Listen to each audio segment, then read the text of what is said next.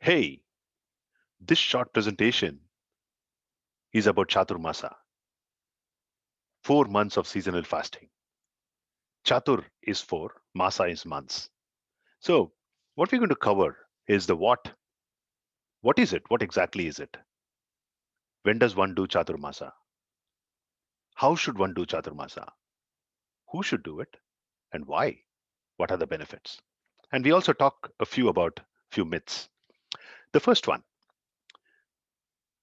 basically, Chaturmasa is nothing but adjusting our food habits according to the changing nature and seasons.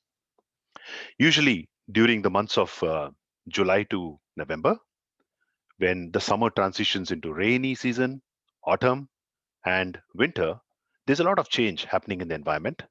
And at that point of time, we have to adjust what we are eating to suit the changes that's happening in the nature. So it is considered in our practices that nature is always in balance, irrespective of what changes that's happening in the nature. And it's up to us as individuals to adjust to that particular changing nature. So, what exactly one does during Chaturmasa? There are restrictions on what we can eat in each month of the 4 months of Chaturmasa. And of course, we also have to follow mindful eating by eating the right type of food in the right quantities and qualities. Now, what are the restrictions that we follow? In the first month, we avoid all vegetables. And in the second month, we avoid yogurt. In the third month, we avoid milk. And in the last month, we again avoid all vegetables grown above the ground as well as all lentils and eat only vegetables which are grown below the ground. And of course, we have to follow what is called as a mindful eating. And it is said that in our practices, that a person who eats twice a day is a yogi, who eats thrice is a bhogi, someone who enjoys, and who eats 4 times is a rogi, which means someone who is likely to fall sick because he's taking in more, and who eats 5 times is someone who's a drohi, which means he's consuming food meant for somebody else. Now, why should one do it? Just as we've all observed the moon cycles impacting the tides in an ocean, the changes in nature impacts us. We don't realize it. The health of an individual depends on how well the person is attuned to the nature.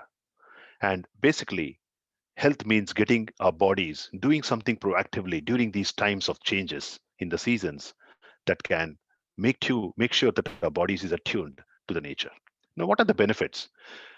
In the last 4 or 5 years of me personally having done Chaturmasa, and after having read a lot about this particular practice for ever since few thousands and thousands of years that people have been following, what I have understood is that it improves the psychophysical health, weight loss, of course, very important for people. More importantly, it builds in resistance to diseases, removes chronic problems, and prepares the mind to be receptive and perceptive to understand complex subjects like Vedanta, for example. Now, there are a few myth busters that I want to share with you. First of all, although we say it's a fast, it is really not a fast where we don't eat food. It is just a fast with restrictions on the type of food that we can eat every month. And remember, the food that we eat has a direct bearing on our ability to perceive and learn complex topics. I'll give you a great example. The food that has been cooked yesterday, if we end up eating today, the following day, we will be very lethargic. You can try it for yourself. Eating fresh food, nothing about processed food, eating fresh food, fresh vegetables, following the restrictions that have been mentioned for those individual months. We just try to get in tune with the changing nature. Importantly, it's a direct practical technique for learning mind control, mind over senses. All of us know the sense of taste is so strong, it sometimes overpowers our mind. And also, it's important for us to follow our own practices and resolutions to improve our mental stamina and stick with those during these 4 months. For example, limited entertainment. Determine that you're going to say you will watch, let's say, not more than an hour of Netflix, or more importantly, determining to read something, a complex subject like Tattva Bodha or Bhagavad Gita.